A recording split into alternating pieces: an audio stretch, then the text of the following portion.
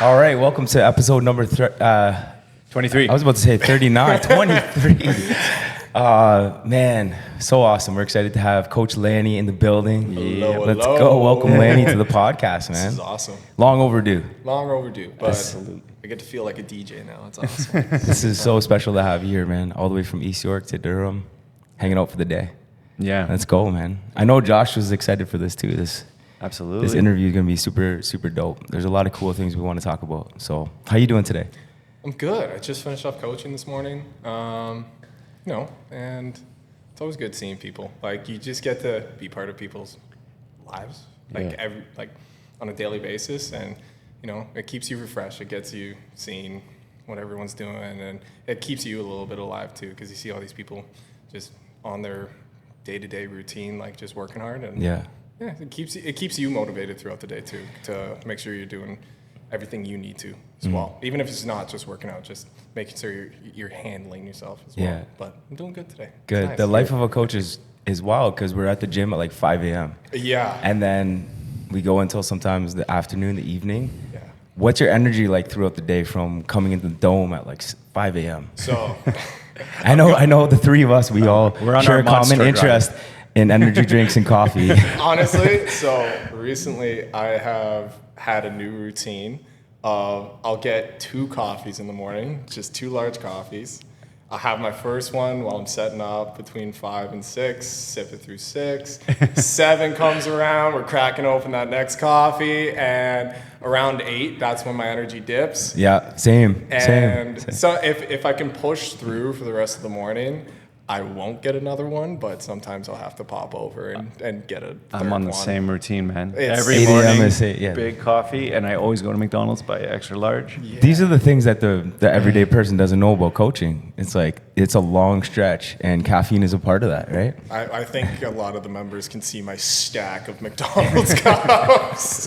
So they might know a little bit, but it's like you gotta keep everyone motivated. You gotta keep up with it, and caffeine helps. It definitely helps. I've appreciated how McDonald's has lowered their price too. Yeah. I don't know why they did that, but I'm happy about it. It used to be like 2 something for a large, and now it's like 150. I'm like, okay. Kind of an interesting nutrition question, but how much do you guys balance water with coffee? Because it's like, okay, every cup of coffee I drink, I try to drink 2 to 3 cups of water. I don't always do it, but that's kind of like my ratio. See, I'm not the best person to ask for that. Like, I know how much water I should drink, and throughout the morning I don't drink enough. I try like around that 8 o'clock to just chug as much water as possible. I'll try to get a liter or 2 in between 8 and 9.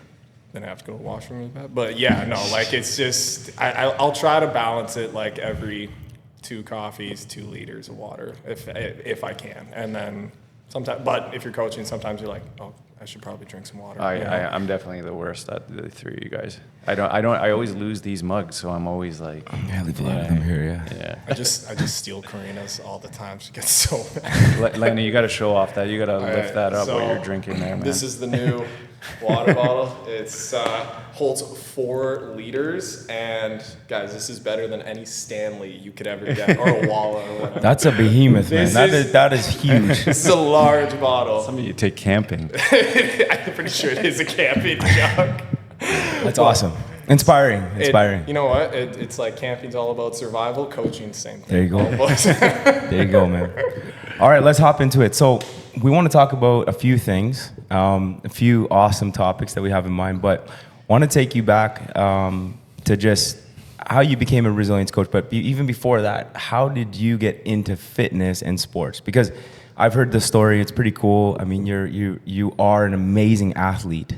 And you were in the OHL, you got drafted to the OHL, a lot of cool things that maybe people don't know about. So if you want to just share a little bit about that. Yeah, I mean, honestly, like growing up, I wasn't like the best athlete, like just in my early childhood. I was okay, and like up until like 11, 12, like I was a little bit heavier, and I was getting really into hockey and baseball at the time. And with hockey, I really when I was playing house league, I fell in love with being a goalie.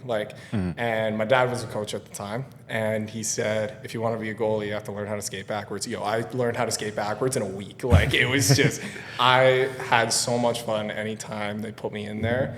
And becoming a goalie, like, it was my main focus. Baseball was always on the side, and it was just my summer sport, but kept me athletic throughout the summer. But hockey was what I really strive for, and I got pretty good. I got up to that AA, AAA level when I was about going into high school, and I just fell in love with the sport itself. I fell in love with everything around it, the training, the competition, the mindset of being a goalie, because that's a big thing not a lot of people talk about, is that when you're a hockey goalie, you really have to have a strong mindset, because there's so much pressure on you. You let in a goal, you let your team down.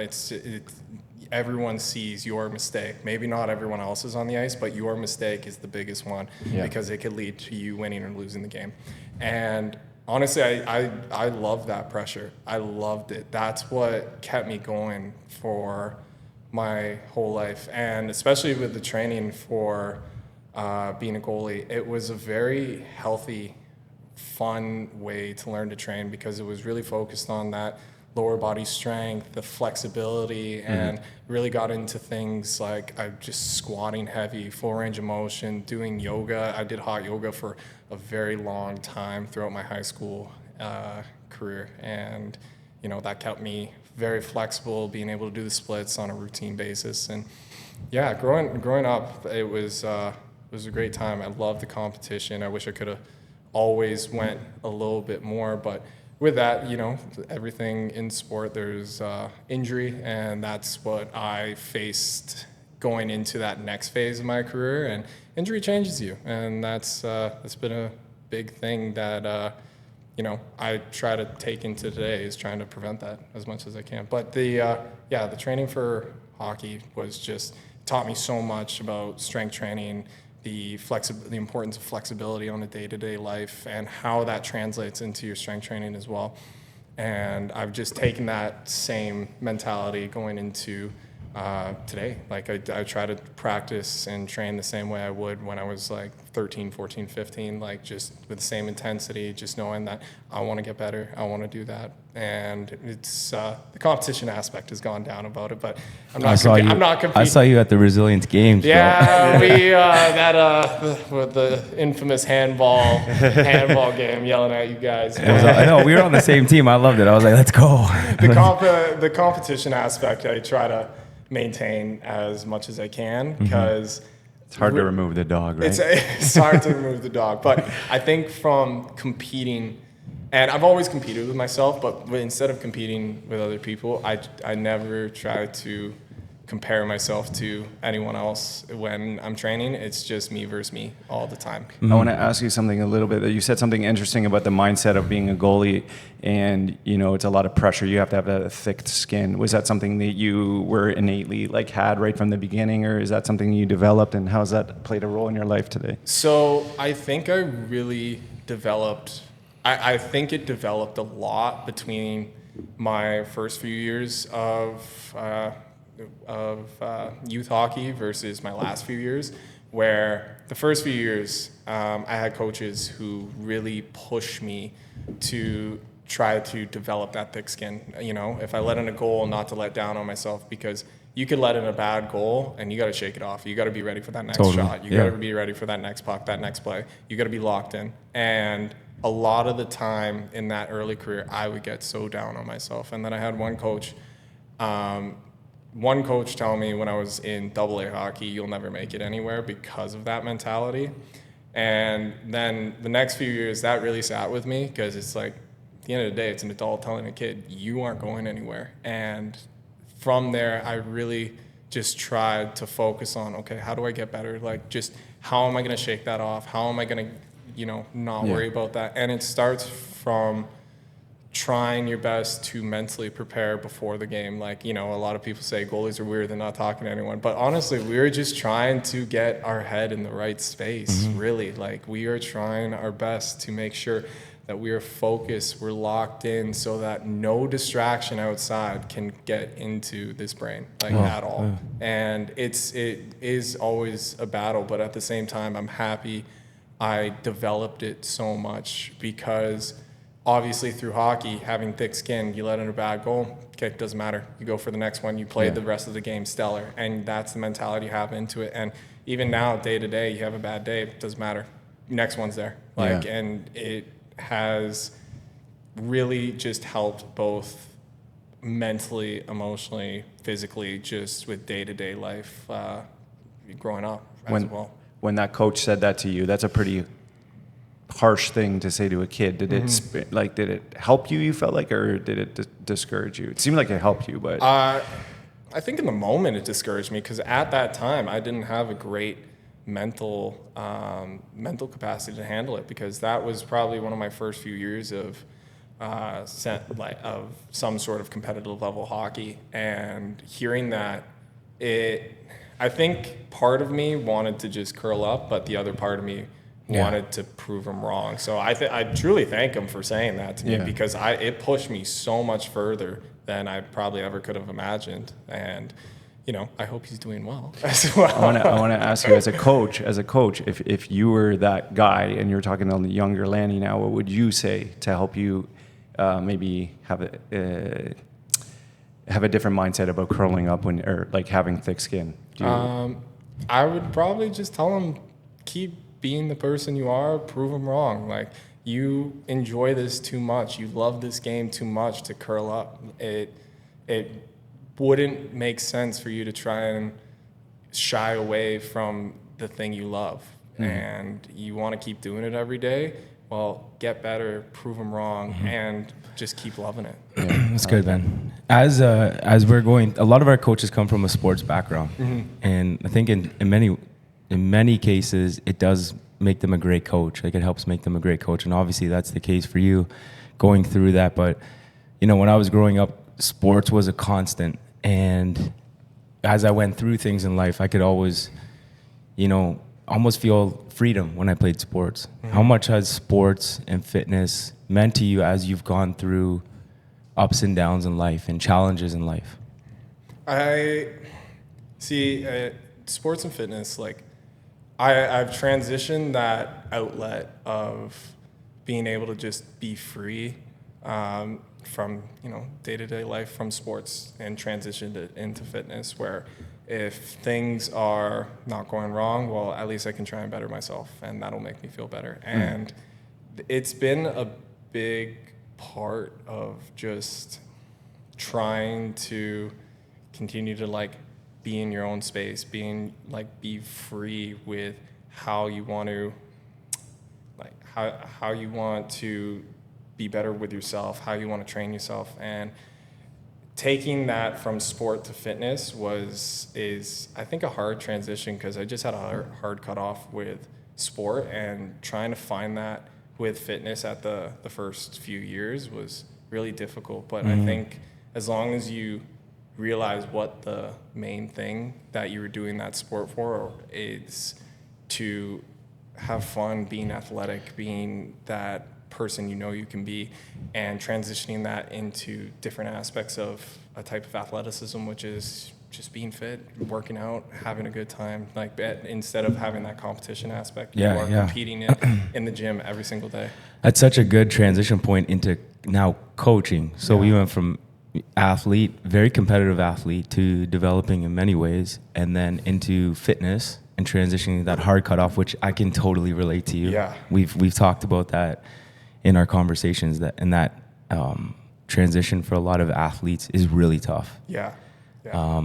But then from that to now coach, when did that start? I mean, I know we had a conversation. I think we were outside the dome, and we were like, "You'd be a great coach, man." And you were like, "Yeah." And when the coaching journey started, how excited were you to now transition into a coach? It's not like you're not an athlete anymore, but now you're a coach, and you're now, raising up other people to experience what maybe you wish you did, or you had, or you hadn't. I think too, with that, it's funny, because I remember working out, and Charles was like, look like you could be a good fitness coach. It was on the field. Yeah. Yeah, like outside, right? Yeah. I remember that. I think I gave you some like, oh, I'm really busy right now, and like. And then Karina swooped in. And then Karina turned right. around and was like, "You take that job right now." yeah. Shout out Karina. Shout out Karina. Great move. But yeah, no, that hard cutoff, and then coming to be a fitness coach, like when I started with you guys, like I was at a really bad point. Like I think I just got back into working out after taking some time off, and I was at a job I really just did not like. And being a coach is probably one of the best things that could ever have happened to me, because of how because it's one thing there where, you take all of this stuff you've learned for almost a decade and you take it for granted. Yeah. And I really did not appreciate the knowledge I had, and transitioning that into coaching and being able to share what I've learned with others, because not everyone's had the same upbringing as I did with sport, and being able to learn all these great techniques of fitness, like the strengths of being athletic and just the strengths of having daily movement. Not everyone had that. So being able to come in and find a way to use that passion I have for fitness and put it towards other people is quite something. Like it's an experience, just being able to share something you love with someone else on a day-to-day basis. That's so right? good. Yeah. That's so good. I'm not saying like you have to be an athlete to be a coach, but like the coaches that come in that played sports, they've learned something that you can't learn in a textbook. The taking it for granted, like what you have learned from just being a competitor, like you go from, working out twice a day, 7 times a week to, to just, again, probably just that hard cutoff point where it's like, okay, well now I'm only working out a couple times. You lose some of that passion, and just being able to bring it back up, going and sharing what you've learned with others. It's really it's truly something. I think sport has a lot to play with that, because of the fact you were so passionate about one thing that you can transition it right into coaching. And I've just used that ever since, and I've loved it ever since, because not saying coaching feels like a sport, but you definitely want to try your best and work hard and compete the same way you would with any sport or any job, and just push that on to other people to try and make them the best they can. What do you think? How do you think your coaching has evolved over the years? Is it year 4? I think 3.5. Yeah, That's crazy. It's a long time. Yeah. It's a long time, but again, it's flown by because it's just. Sorry. Or what have you learned the most, or how's it changed since you started? I think what I've learned the most is to really, I think I knew this actually from day one as well, is be myself. And I think at first I really just tried to be that person who could just show everyone like the right way to do things, make sure that they're like doing everything properly. And it has really evolved into just really being myself and making sure that most of the time, like at the end of the day, people just want to come in, have a great time, and with all the strength and gains classes I've done, it's just correcting their form where I can and making sure they have a good workout. And that's the best way I found that, is just being myself as much as possible, even if it's just, dancing, going crazy, like just cracking jokes the whole time, but still taking it as seriously as I can as well. It's such a valuable perspective, and it's deep, and I hope people go back and rewind and listen to that 10 seconds, because you went from being maybe rigid and wanting to look and say, hey, I got to correct that, to more understanding they're there to have a good time and create that atmosphere. How do you also at the same time simultaneously maintain the intensity and maintain a really not aggressive environment, but people are there to work too? I I think it's reading the body language of people, how they're feeling when they're coming in, and just day to day, you kind of have your routine that you get into, and I see these people as much as their own family see them sometimes, right? So it's like you can tell when you are seeing if someone's feeling today or if they need a pick me up. And with that, I use a lot of jokes and a lot of bad jokes, and just to try and pick people up, see if I can get their mood going, and just try and make them a little more happy, smile a little more. You know, Yeah. just like they're working out, and I'm just like, things are feeling spicy, right? And like it's just you get that smile out of them, and then all of a sudden it's like, okay, so now you're into it. Now like the music's pumping. Okay, so you're gonna look down, you're gonna pick up those heavier weights, and then you get going. But it's really just about seeing if you can get with that person for the workout. Like just read their body language, make sure that they are enjoying themselves first, and then if they're, you know, everyone's a person. They have their days, and you know when maybe you should back off and just let them have their space, let them be in their space. Maybe they want that day, and when you know, hey, you need a kick in the butt, here's the extra weights, go for it, right? And just making sure you know when to turn it up a notch and make sure the intensity's high, or when they need someone to just let them do their thing, you know? Be a good person. Let them have their day. It's a very valuable skill set. Mm-hmm. It's a very valuable skill to carry. How do you sharpen that? Because it is very case by case, very almost day by day, case by case, person by person. Mm-hmm. But it sounds like in your coaching journey, you've really evolved into that more and more. How do you keep that sharp? And how would you explain to Lanny in year one, hey, you got to evolve into this? So I think keeping that sharp, the best way I have found is just learning as much as I can about the person. Right, That's kind of why totally. Question of the Day started too. That's good. Because I just wanted to learn about people, and that started pretty early on, and that was the best way I knew how to learn more about people and just kind of get a sense of them, right? And connect with them. But telling year one, Lanny, it's just like, first treat everyone like, you know, you're trying to be their friend. Like, just come up to them, say hi, like, how's their day? You know, why are you coming here? What's your workout like? Or like, what's your favorite activity? That sort of thing. Like, just learn what type of person they are first.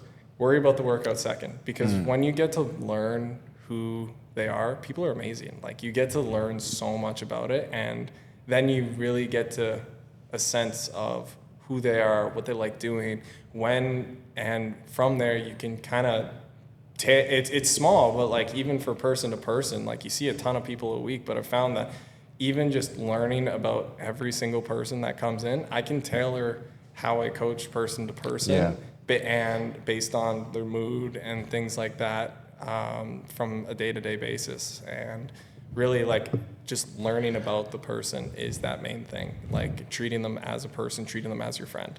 Coaching clinic right there. Clinic. On soft skills, like that's incredible. Coaching clinic. That's incredible. That's beautiful. Yeah. That's the first and most important thing, is like caring about the people. And you're amazing at that. Yeah. You are incredible at that. And the community is very blessed to have that in you as a coach. And I know Josh and I appreciate that so much. We really mean that. It's very evident what you're saying. You're not just saying it. Yeah. I see you walk that out. Yeah. And 100%. It's beautiful. Yeah. I like, honestly, every single workout, it's just trying to like be present in each person's workout, whether it's just saying hi, having that conversation with them, or, you know, pushing them, giving them their space. Like, it's just, you're there. They know you're there. And if they want that extra push, you know I'm there. If they want just that presence, that bad joke, I'm also there. And That's good, man. So good. It's good. I think it's easier to get more out of people the more you know them, the easier it is to coach them and to get the most out of them. Exactly. I think. Yeah. Exactly. Mm-hmm. Doing a bang up job, man. So good. I'm glad we really touched on that, because it's so valuable and so important, and very much a part of the foundation of what we want here. Yeah, and I think too, when you learn about the person, when you see their success, you feel more success too as a coach. Like, honestly, if you know that person, you see them like working hard and doing their best and they're pushing, you feel that, wow, like this is like, it's amazing. This is rewarding because like, you know, we've gone through this together. It's awesome. Yeah. It's good. It's good. I have a couple cool questions, but it's a total transition into kind of some new. So you go ahead because I was gonna ask you your favorite memory. Or your funniest memory that's happened since you were coaching. So I forget who said it, but there was, because it always is brought up. But question of the day, I ask. Where did question of the day come from? And what is question of the day for people to have context? So question of the day is at the end of every workout, if I have the time to do the stretching and everything, we get everyone at the circle and and I just ask the first thing that's on my mind. Most of the time, it's just like, I think the first question of the day was just like, what's your favorite color? And now it has transitioned to, if there was a bear, would you rather fight a bear or a shark? And, you know, it's just evolved from there. But honestly, some days I've had to reset my question of the day back to the start because I'm just like 3.5 years of asking questions. you start to lose some creativity. But, question of the day really started, one, I wanted to learn more about people, and two, I did find that, you know, some of the time, a lot of people didn't connect with each other. They didn't talk, and I felt like question of the day was a good time to get people to talk in the class, especially at like 6, 7 a.m. Everyone's tired. Everyone's just, you know, slugging their way through the workout, getting in the gym, and then at the end of the day, you all come together. You just talk about something stupid, right? And it just gets people talking. Yeah. And it gets people showing the same interests of of maybe something they both enjoy. And, you know, they just end up being friends. I don't know how many crazy conversations have started because of the question of the day. I'm like, this is why we started it. Because it just gets people talking. Connecting, Everyone has fun and everyone finishes class, usually with a laugh. And that's just been the best part about it. Amazing. Right? And funniest moment with it was there was one day I asked everyone's favorite candle scent. And I really forget who it is, and I'm sorry because they're gonna yell at me because it's just been an ongoing thing. But someone said the Gwyneth Paltrow candle, and I don't know how. I was like, "What's that?" And they're like, "It's a candle that smells like her, you know, vagina." And it's like, it's been an ongoing thing. Like, if I ever say, "Hey, I got a new candle," like, "You got the Gwyneth Paltrow candle, did you?" And people just want me to re-ask it so we can bring up that moment. Yeah, that's hilarious. Like, on it, that was pretty early on too, but it was a great memory. It's one of my fondest memories of just being in the gym. And again, everyone shared a laugh for it. It was awesome. Nice. You were going to transition? Yeah. So I was going to transition more into, you know, resilience and what you've seen, the evolution of resilience. And you came onto the team at a really interesting point of time. So to bring context into maybe someone who's listening for the first time, we opened Durham a year and a half ago. Yeah. And you had been a coach for, I guess, about a year, and you were doing the strength classes, and we brought this idea to you. And we said, "Hey, man, we're thinking about opening in Durham. What do you think?" And we had a great conversation. And you really encouraged us to take a shot. Yeah. And and you encouraged that, and you shared why you believed in resilience, and you really... For me, I'm sharing from my perspective personally.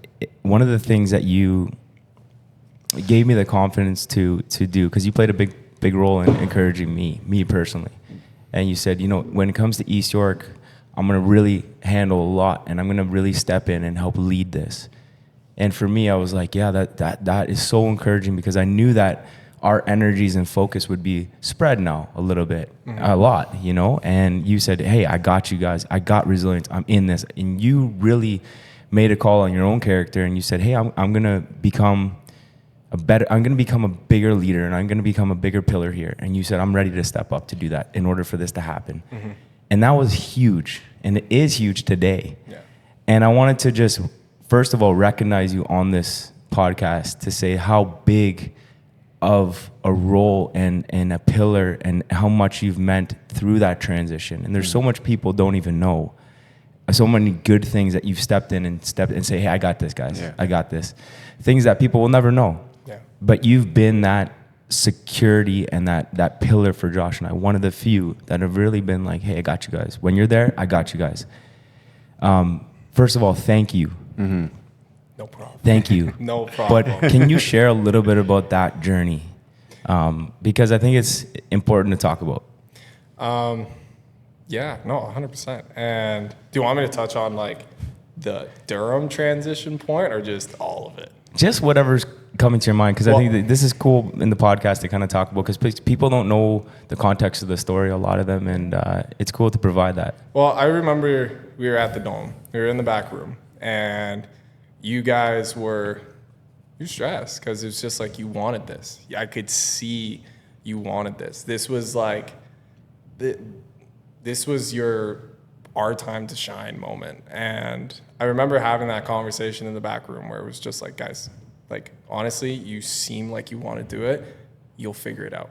Because, and honestly, you figured it out. Like, this place is awesome, and it's something that you could make just incredible, and you've done that. And I was all for it too, because it's just, you see passion in people and you want to be there, especially with something you care about. And especially fitness related, like something I care about too.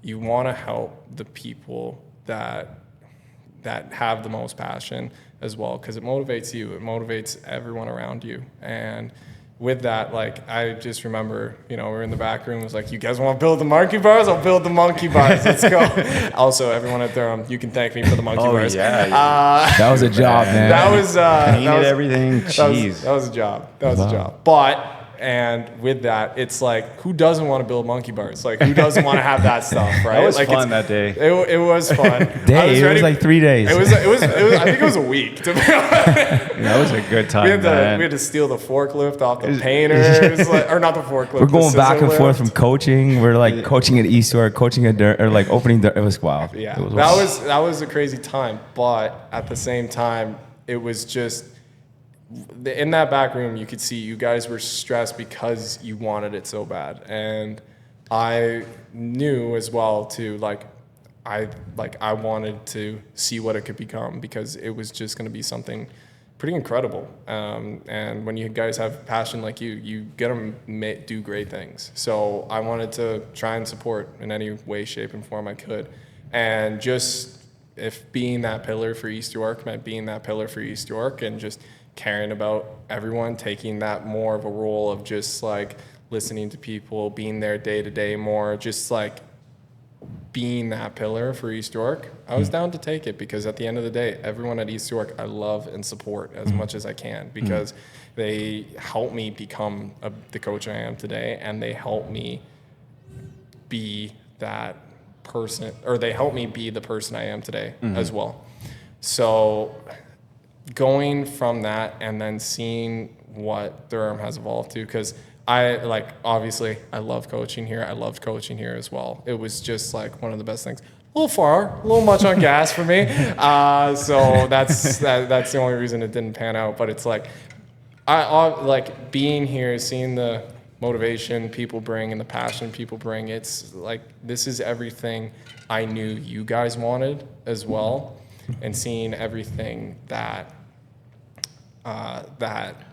you could ever dream of, right? And I'm happy that there was this transition point of just trying to be there for you guys as much as you can. Because like I said, you helped me in a really bad time in my life, like just giving me this opportunity. And it's, like I said, 3.5 years, it's just flown by, because it's just been so much fun. Like, just day to day, it's like you never know what you're gonna expect. You might get another Gwyneth Paltrow question, right? So it's just like things like that you remember like for so long. And honestly, I couldn't be happier to be working with you guys with it and just be part of that whole journey, honestly. Mm-hmm. Yeah, man. Thank you, Lanny. Yeah. Lanny, you're just steadfast, consistent, always give it your all, always willing to, step up to a new challenge. I love that about you, man. Yeah. Yeah, man. Yeah. Just a follow-up question about Yeah. that. because it's really cool to hear your perspective, but with opening a second gym, it's been challenging. There's been challenges, and we have conversations, the three of us, all the time, just about troubleshooting and, strengthening the community when it gets challenging. And there have been some moments where we've made mistakes, and we've talked to you about them, and just even helping us through those things as a team. It's been really cool. But what are the challenges that you've seen because our goal was to grow the community as one, like grow resilience as one. And we're very people first business, it's about community, everything that you touched on as a coach. It's like so important to us. What were the challenges that you saw with two gyms opening and almost feeling like, hey, there's two different sort of communities, but knowing that we wanted to be one? I think the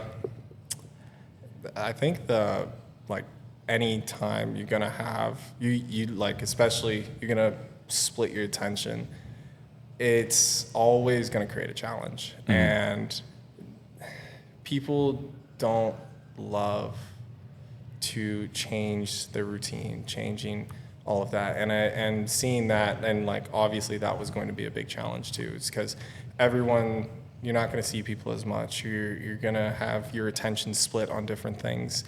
And I think like the biggest challenge was just trying to feel like we're there for everyone at the end of the day. Even if it doesn't feel like it, it's just trying your best to make everyone feel appreciated, make everyone feel like they are not being, forgotten, and not being shunned away, right? So opening two gyms at the same time, like the biggest thing is change, because like no one likes that. No one likes not having their day-to-day routine changed up. So it really like coming to here as well too. It's trying to build that community together where you want people from both gyms to interact. You want people to be friends, and you want them all to feel like you guys are part of, not Durham and East York, you're part of resilience, right? And feeling like everyone just has that mentality that they can always go to any gym, feel welcome, supported by all the coaches, all of that. And you're still going to deal, and we're still going to deal with challenges on a day-to-day basis of that, of just trying our best to make sure that everyone has that support and everyone has that appreciation, because really it is seeing it at East York too. I know some people feel that with Durham, it's like the new child, like they don't and they're going through the biggest change of that, but at the same time seeing like you want to try your best to grow, while at the same time trying your best to focus on what brought you to this point, right? And it's a hard balance, and I think it's only going to get better as you grow more. It's only going to get better as you learn more, and all of that, right? Yeah, that's been a journey, and we've learned a lot through that. And like I said, we made mistakes, and it's been a conversation that just three of us have had many times, and we've learned a lot in the last year. Yeah. So it's been great. Thanks for sharing your perspective on that. Of course, because at the end of the day, I think everyone wants the best for this place. Everyone wants the best for resilience too, and it's just, but they also want their time with everyone too, which is hard. Right. That's a good answer. Yeah, that's a good answer. Thank you. Lanny, Try my best. Lanny, when I say I'm gonna just say a word and you tell me what you think. What do you think of when we say, or what do you love most about the resilience community?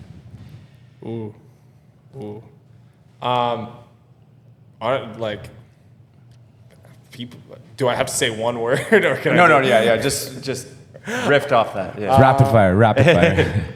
The resilience community is you get to see day to day incredible people, right? Like it's just people tell you of the things you do, the things you see, and you're just like, oh, I didn't know you did that or you could do that. Like I remember, I remember talking to some, who was it? I think it was Sandra, and she, like, we were just chatting, and this was when I first started, and I was like, oh yeah, it'd be so cool to, like, you know, do like a triathlon sprint. And she was like, oh yeah, I've done a few Ironmans before. And I'm just like, all right, yeah, like, okay, Wow. thanks for dropping that bomb on it. But just like the resilience community is just filled with such like respectable athletes on that day-to-day basis that you get to see, and I have the opportunity for them to rely on my coaching as well, right? Like it's just these people are coming to my class to have a good time, and just like I also get to coach these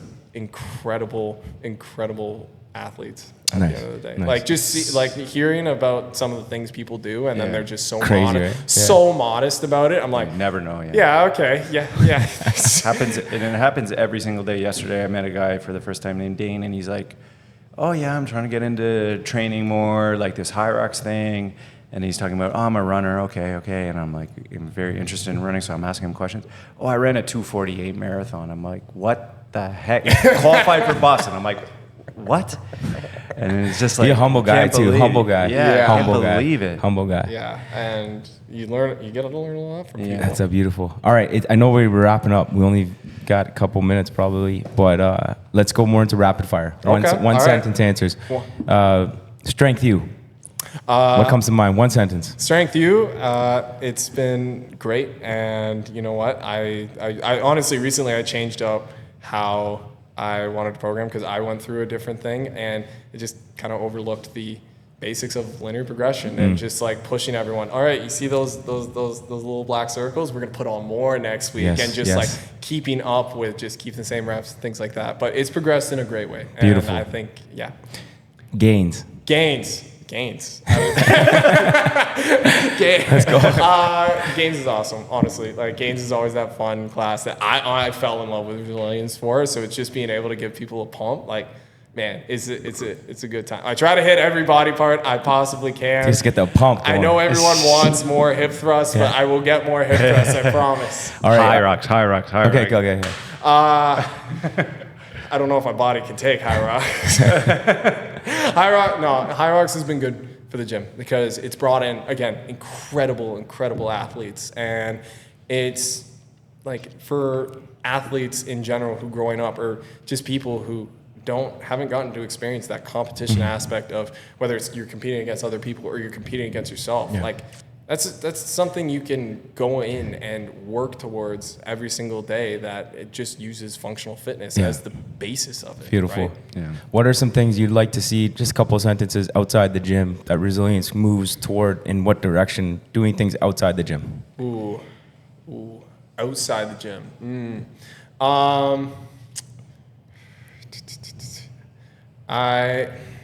Outside the gym, I think that maybe a bike club or something. I don't know. That would be cool. Actually, I would love a golf tournament. We should do a golf we talked to tournament. Robbie about that. We talked to Robbie because he works at a golf course. We were like, we should have a resilience tournament, a best ball tournament. Yeah. That'd be a day. We gotta call Robbie after honestly, so I'm sorry for everyone else. I'm taking Patty, Robbie, and Sammy. All right, that's a killer I'm taking team. all three of those. Renee is our floater, and I might be kicked off the team. I'm gonna be honest. I'm gonna be good. completely That's honest. good. But I think that would be something fun that That's we could hilarious. do. That would be epic, man. That would be love that. epic. Couple more. Come on, we gotta think on our feet here. How much time do we have Importance of left? mobility for people that aren't doing it. Mobility is one of the. I'm a sucker for making sure that people focus on full mobility when they squat. Especially squat, bench press, push-ups, anything like that. Like I'm so focused on trying to get people to do the full mobility if they can. and working on that, because just having full range of motion, full movement, and things even like that, you live a healthier day-to-day life. Like it's just so important, but also so underlooked. We got to close up. One supplement you would recommend to anyone that's listening that is a must-have on if they're working out? More McDonald's coffees. Protein powder. People just have like 10 scoops a day. Like, just go Get for it it. in. Get it in. Get your protein. If you deal with the farts, you deal with the farts. That's whatever. I love that. I deal with them. I deal with them. Okay, last thing, really quick, in like 1 minute. I want to give a shout out to you and Karina, because you guys have something cool going on. You guys foster dogs, and you guys take dogs in that really come off the street, have a bad kind of life leading into you guys taking them in. Shout out to you guys. That's a really cool passion you guys have. Mm-hmm. Yeah, it's really rewarding, honestly. Like, that in itself is just one of the best things, because it's really like an emotional time seeing these dogs come from different places just off the street and having such a bad life, and seeing them evolve to being like, wow, you get a great life here in Toronto. And it's beautiful. Honestly, like, it's just one of those great things. If anyone wants to foster or wants a dog that we're fostering, Masquerita is available. There'll be more details on that. But yeah, no, it's just a great experience. Awesome. Honestly. I love doing it. Cool, man. That was great, Lanny. Thanks for coming on, man. Thank you. I hope I didn't sound stupid. No, it was awesome, man. Perfect. It was awesome. Thank you, bro. We love you, man. Thanks for being here today. Thank you for letting me be a DJ. I always wanted to be. Isn't it? It's weird, right? Like, it is so weird. This is just such it's a surreal experience. All right. Thanks for tuning in, and we're looking forward to next week on the next episode.